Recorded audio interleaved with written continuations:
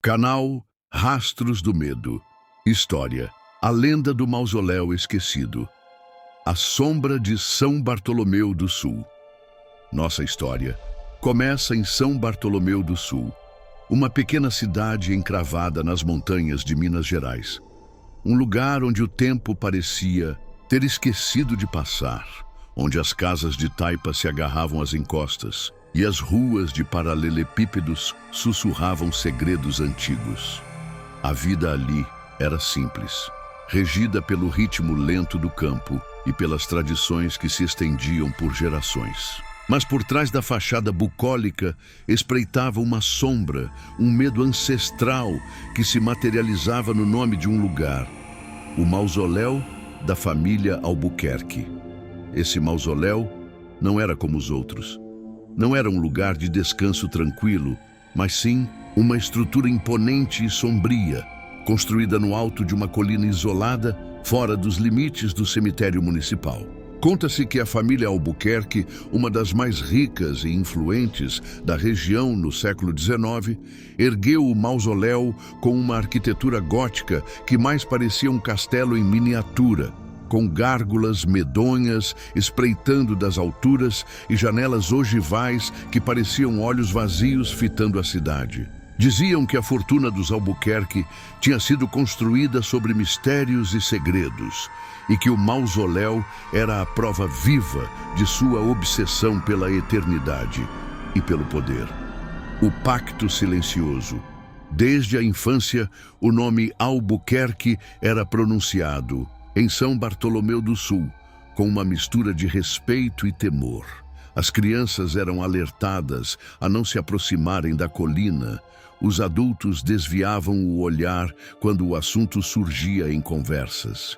A lenda mais persistente dizia que a família, em sua busca por poder e imortalidade, havia feito um pacto. Um pacto com algo antigo, algo que não pertencia a este mundo. E a moeda de troca, sussurravam os mais velhos, era a própria alma dos Albuquerque, condenadas a guardar o mausoléu por toda a eternidade. A cada eclipse lunar, relatos de vultos sombrios rondando a estrutura, de lamentos abafados ecoando da colina e de um cheiro de terra úmida e putrefação que se espalhava pelo ar, assombravam a cidade. Ninguém ousava se aproximar, ninguém sequer ousava olhar por muito tempo para o mausoléu. Ele era um lembrete constante de que há coisas no mundo que não podem ser explicadas pela razão e que é melhor deixar certas portas fechadas. A coragem da juventude e a loucura da curiosidade anos se passaram, e a lenda do mausoléu se tornou parte do folclore local, uma história de ninar para assustar crianças e um tabu para os adultos. Mas como toda boa lenda, ela possuía um poder inegável de atrair aqueles que se julgavam imunes ao medo: os jovens. E é aqui que entramos na vida de Rafael, Ana Clara, Léo e Mariana, 4 amigos que compartilhavam a efervescência da juventude e, mais perigoso ainda, uma curiosidade insaciável. Rafael, o líder do grupo, era o mais cético. Um aspirante a jornalista com uma mente afiada e uma sede por desvendar mistérios. Ele via a lenda do mausoléu como uma história fabricada para controlar a população, um resquício de superstições antigas. Ana Clara, a mais sensata e estudiosa, sempre tentava trazer um pingo de lógica para as aventuras do grupo, mas a adrenalina de desafiar o desconhecido sempre falava mais alto. Léo, o mais impulsivo e corajoso, era o motor das ideias mais audaciosas, sempre pronto para qualquer desafio. E Mariana, a mais sensível e intuitiva, sentia uma estranha atração pelo mausoléu, uma sensação que a deixava inquieta, mas, ao mesmo tempo, fascinada. Era uma noite de sexta-feira, o ar pesado de uma tempestade iminente, quando a ideia surgiu. E se a gente fosse lá? Léo propôs com um brilho desafiador nos olhos. Rafael riu. Lá onde, Léo? Na casa da avó do seu vizinho? Não, seu cético, Léo retrucou. No mausoléu da família Albuquerque. Ana Clara soltou um suspiro. Mariana sentiu um calafrio, mas a semente estava plantada, a semente da curiosidade, do desafio, da aventura, a semente que os levaria a um caminho sem volta, a invasão da colina, amaldiçoada apesar das advertências, dos calafrios e do bom senso. A curiosidade venceu. Na noite seguinte, sob um céu sem lua e com uma névoa densa que rastejava pelo chão, os 4 amigos iniciaram sua jornada até a colina do mausoléu. Cada passo era um misto de excitação e apreensão. O vento gelado sussurrava nas árvores, parecendo alertá-los, avisá-los. O silêncio era tão denso que parecia esmagá-los. Ao se aproximarem do topo da colina, a silhueta do mausoléu surgiu, imponente e assustadora. As gárgulas pareciam ainda mais grotescas sob a luz fraca de suas lanternas, e as janelas escuras, vazias, transmitiam a sensação de estarem sendo observados. Um ar pesado, quase tangível, emanava da construção. Um cheiro de mofo e terra, molhada, mas também algo mais, algo que Rafael não conseguia identificar, mas que o deixava com o estômago embrulhado. Com um arrombamento cuidadoso, Léo conseguiu abrir o pesado portão de ferro que dava acesso ao mausoléu. Um rangido agudo, quase um lamento, ecoou pela noite. A escuridão dentro da construção era absoluta, sufocante. Mariana, com sua sensibilidade aflorada, sentiu uma onda de energia fria. "Eu não sei, gente." Ela sussurrou, a voz trêmula. Mas Rafael, com sua teimosia jornalística, já estava com a lanterna em punho, pronto para documentar cada passo.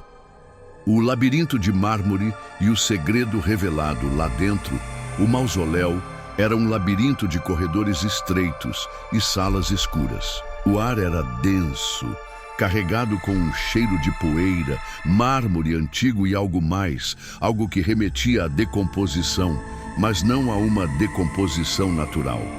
As paredes eram cobertas por inscrições em uma língua antiga e esquecida, com símbolos estranhos que pareciam se contorcer na luz oscilante das lanternas. Os sarcófagos, feitos de mármore escuro, estavam dispostos em nichos, cada um com uma placa de bronze que ostentava o nome dos falecidos membros da família Albuquerque. Rafael estava fascinado. Ele tirava fotos, anotava cada detalhe. Léo, mais afoito, tentava abrir os sarcófagos, mas as tampas eram pesadas demais. Ana Clara examinava as inscrições, tentando decifrar o que diziam. E Mariana? Mariana sentia.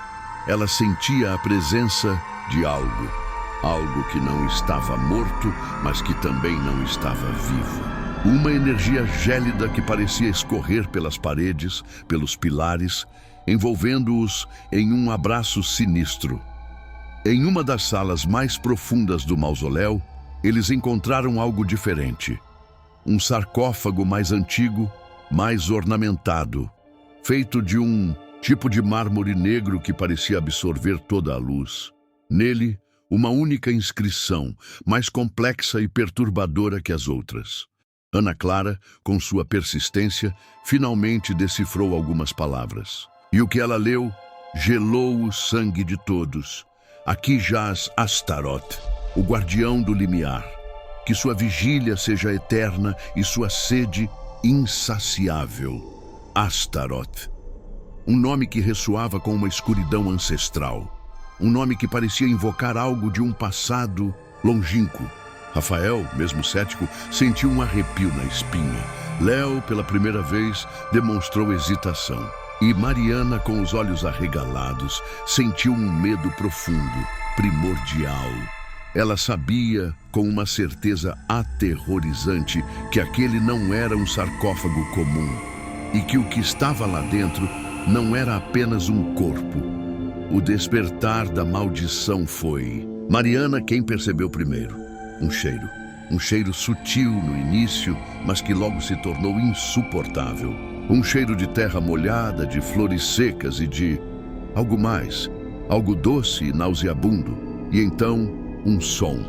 um arranhar suave, vindo de dentro do sarcófago de Astaroth. Um som que parecia se intensificar a cada segundo, transformando-se em um raspado agudo, como unhas arranhando pedra. O pânico começou a se instalar. Rafael tentou manter a calma, sua mente racional buscando explicações. Mas seus olhos se arregalaram quando uma rachadura fina começou a se formar na tampa do sarcófago. A rachadura crescia, se alastrava, e dela emanava uma fumaça esverdeada, densa e fétida.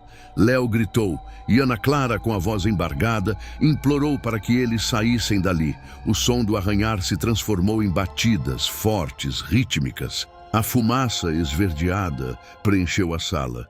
E figuras sombrias, quase transparentes, começaram a se formar nas paredes, vultos que pareciam se contorcer em agonia silenciosa. O ar ficou pesado, frio, como se a própria morte estivesse respirando na sala. E então, com um estrondo ensurdecedor, a tampa do sarcófago se ergueu, revelando uma escuridão ainda mais profunda lá dentro. À sombra que caminha do interior do sarcófago, surgiu uma figura. Alta, esguia, envolta em uma mortalha escura que parecia pulsar com uma vida própria.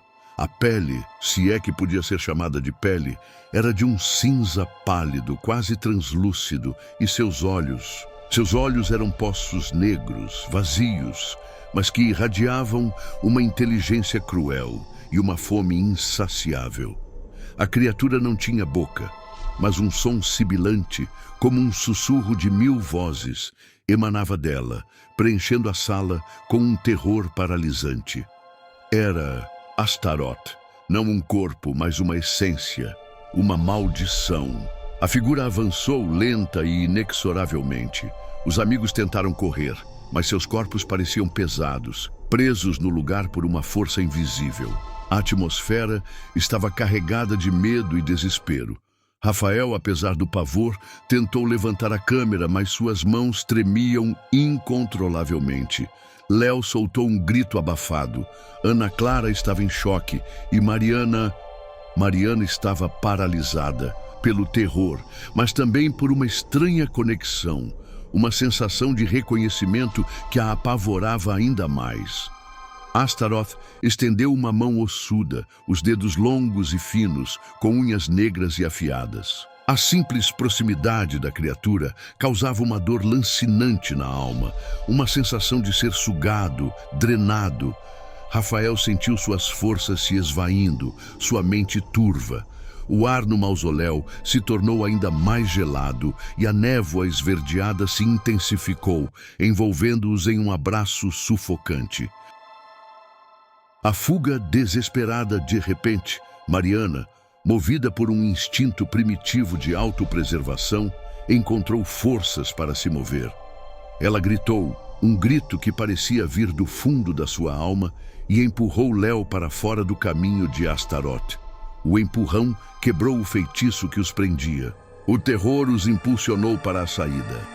Correram sem olhar para trás, os gritos de pânico se misturando ao sibilado da criatura e aos lamentos dos vultos que pareciam dançar nas paredes. Rafael liderava, sua lanterna oscilando freneticamente, iluminando apenas fragmentos do caminho.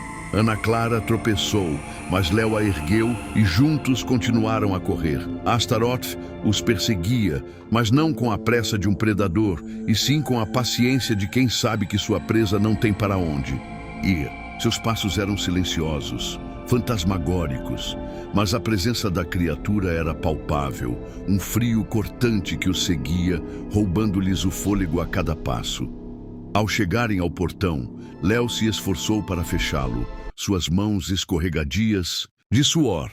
O ranger do ferro foi música para seus ouvidos. Eles estavam fora, mas a sensação de perigo não diminuiu. O mausoléu, com sua escuridão pulsante, parecia observá-los, uma promessa silenciosa de retorno.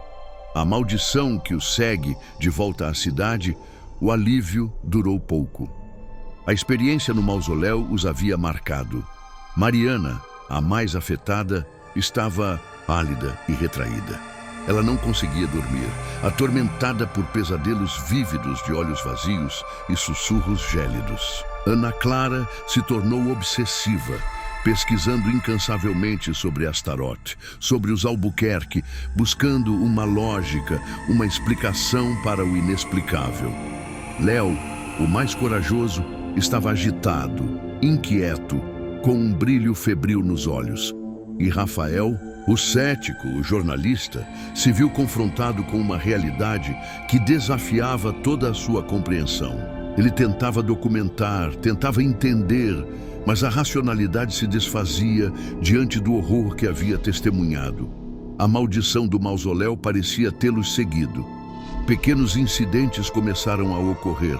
Objetos se moviam sozinhos, portas se abriam e fechavam. Sombras dançavam nas paredes, mesmo em plena luz do dia. O cheiro de terra úmida e putrefação, o mesmo cheiro do mausoléu, começou a surgir em seus quartos, em suas roupas, impregnando cada aspecto de suas vidas.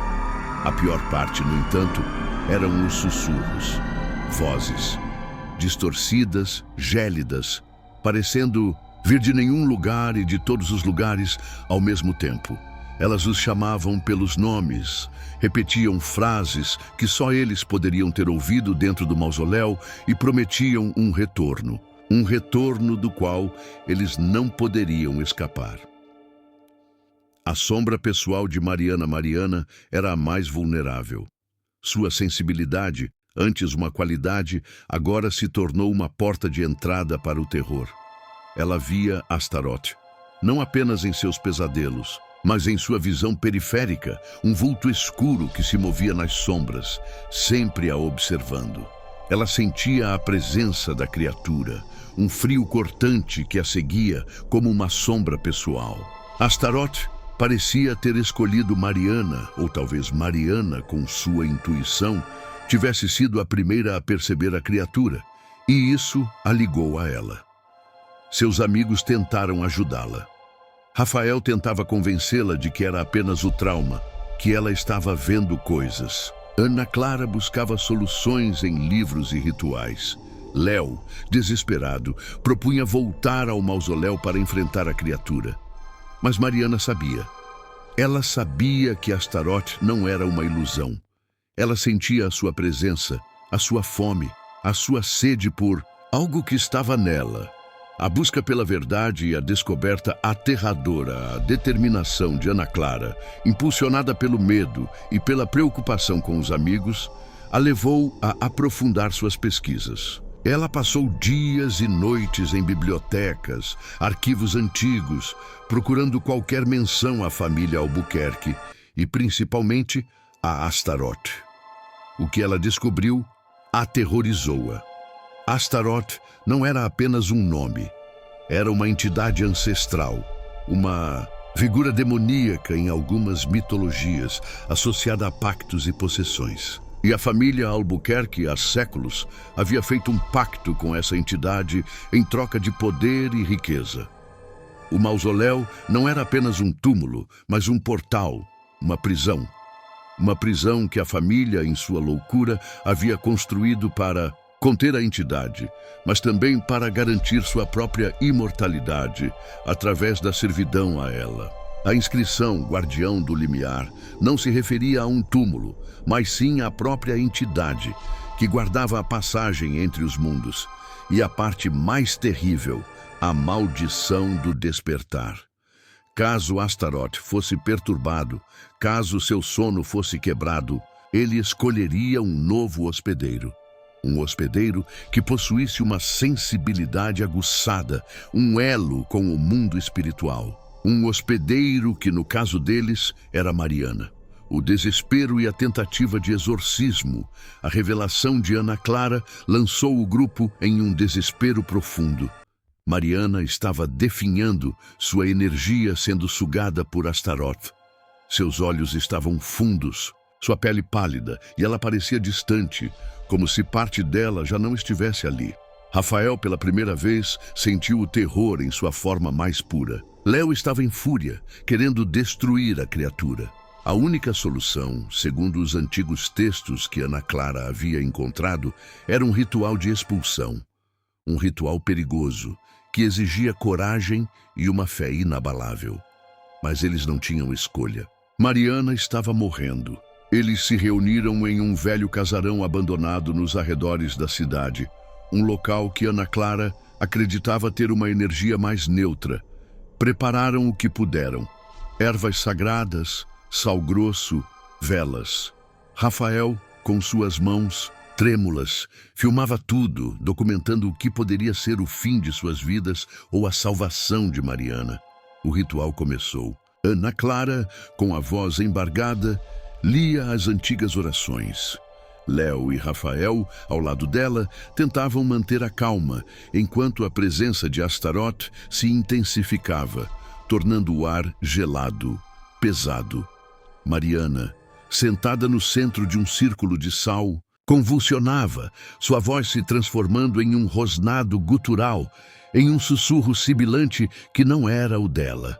O confronto final e o sacrifício Astaroth não se rendia. A criatura se manifestava através de Mariana com uma fúria incontrolável. Seus olhos se tornaram completamente negros e uma força invisível jogava os objetos pela sala. A voz que saía da boca de Mariana não era a dela, mas a de 1000 sussurros, 1000 lamentos, 1000 maldições.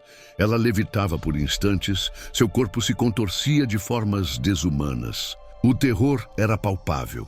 Rafael, vendo a amiga em agonia, tentou se aproximar, mas foi arremessado contra a parede por uma força invisível. Léo, com um desespero nos olhos, tentou lutar contra a entidade, mas também foi jogado para longe. Ana Clara continuava a ler as orações, sua voz se tornando mais forte, mais determinada, como se ela estivesse extraindo força de algum lugar profundo. De repente, Mariana, em um raro momento de lucidez, conseguiu articular algumas palavras. Me ajudem, me salvem. O mausoléu. A voz dela era fraca, quase inaudível, mas carregava o desespero de quem está se perdendo. Foi então que Léo teve uma ideia desesperada, imprudente, mas talvez a única chance. Ele havia lido em um dos livros de Ana Clara que o local de origem da maldição, o ponto de ancoragem da entidade, era a chave para expulsá-la. E no caso de Astaroth, era o próprio mausoléu. Nós temos que levá-la de volta ao mausoléu, Léo gritou, a voz rouca. Rafael, apesar do pânico, entendeu. Era uma chance, a única chance. Eles pegaram Mariana, cujo corpo estava fraco e pesado, e a levaram em direção à colina. Astaroth se debatia, sibilava através dela, tentando impedi-los. A subida era árdua, o ar frio, a presença da criatura cada vez mais forte. Mas eles não desistiram. Ao chegarem ao mausoléu, o ar estava ainda mais pesado, mais denso. As gárgulas pareciam rir deles, e o portão de ferro se abriu com um ranger que parecia um convite à morte. Eles entraram, arrastando Mariana até o sarcófago de Astaroth. Foi ali, diante da tampa aberta, que o confronto final aconteceu. Astaroth, através de Mariana, se manifestou com toda a sua força. Ela tentou atacar Rafael e Léo, seus olhos injetados, sua voz um coro de desespero e ódio. Ana Clara, com a voz embargada pelas lágrimas, começou a ler a última parte do ritual, uma oração de selamento. À medida que as palavras ecoavam, a forma de Astaroth começou a tremer dentro de Mariana. A fumaça esverdeada se tornou ainda mais densa, e o cheiro de putrefação quase o sufocava. Mariana soltou um grito, mas não era um grito de dor, e sim de uma estranha libertação. Astaroth estava sendo puxado de volta, puxado para sua prisão. Com as últimas palavras do ritual, Astaroth foi arrancado de Mariana, não de forma violenta, mas como se fosse sugado por um vácuo. Uma nuvem de fumaça esverdeada se concentrou sobre o sarcófago, e com um som seco e final, a tampa do mármore negro se fechou, selando a criatura lá dentro mais uma vez. Mariana desabou.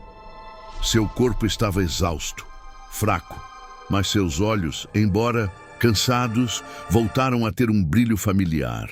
A presença opressora no mausoléu diminuiu, substituída por um silêncio pesado, mas agora um silêncio de alívio. As cicatrizes invisíveis. Apesar da libertação de Mariana, a experiência os deixou com cicatrizes. Mariana se recuperou, mas a lembrança de Astaroth, da presença da criatura dentro dela, nunca a abandonou. Ela se tornou mais reservada, mais introspectiva, com uma percepção aguçada para o que não pode ser visto. Ana Clara continuou seus estudos, mas sua pesquisa se aprofundou em outras áreas do ocultismo, buscando entender as forças que moldam nosso mundo. Léo, o impulsivo, se tornou mais cauteloso, mais propenso a ouvir os avisos. E Rafael, o cético, o jornalista, jamais voltou a ser o mesmo. Ele continuou a documentar o inexplicável, mas agora com uma compreensão profunda e aterrorizante de que nem tudo pode ser explicado pela lógica. O mausoléu da família Albuquerque continua lá, no alto da colina em São Bartolomeu do Sul. A lenda se intensificou, as histórias se tornaram mais assustadoras e ninguém mais ousava se aproximar. O silêncio que o envolvia não era mais apenas o silêncio da noite, mas o silêncio de um segredo bem guardado, de uma prisão que por um tempo foi quebrada. Eles nunca mais falaram sobre o que aconteceu em detalhes.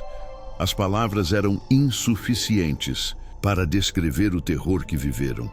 Mas a cada eclipse lunar, a cada brisa fria que passava por São Bartolomeu do Sul, eles sentiam um calafrio, um lembrete silencioso de Astaroth, o guardião do limiar, e da noite em que eles ousaram abrir uma porta que deveria ter permanecido fechada para sempre. E essa foi a história do Mausoléu Esquecido. Uma história que nos lembra que nem todo conhecimento é para ser descoberto e que certas portas, certos mistérios, é melhor que permaneçam trancados.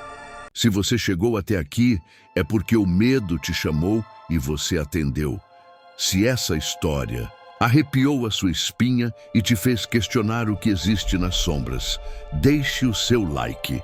Isso ajuda muito o canal Rastros do Medo a continuar trazendo mais histórias como essa. E claro, se você ainda não é parte da nossa comunidade de amantes do terror, inscreva-se no canal e ative o sininho para não perder nenhum dos nossos contos macabros. E para você que está ansioso por mais, tenho uma ótima notícia.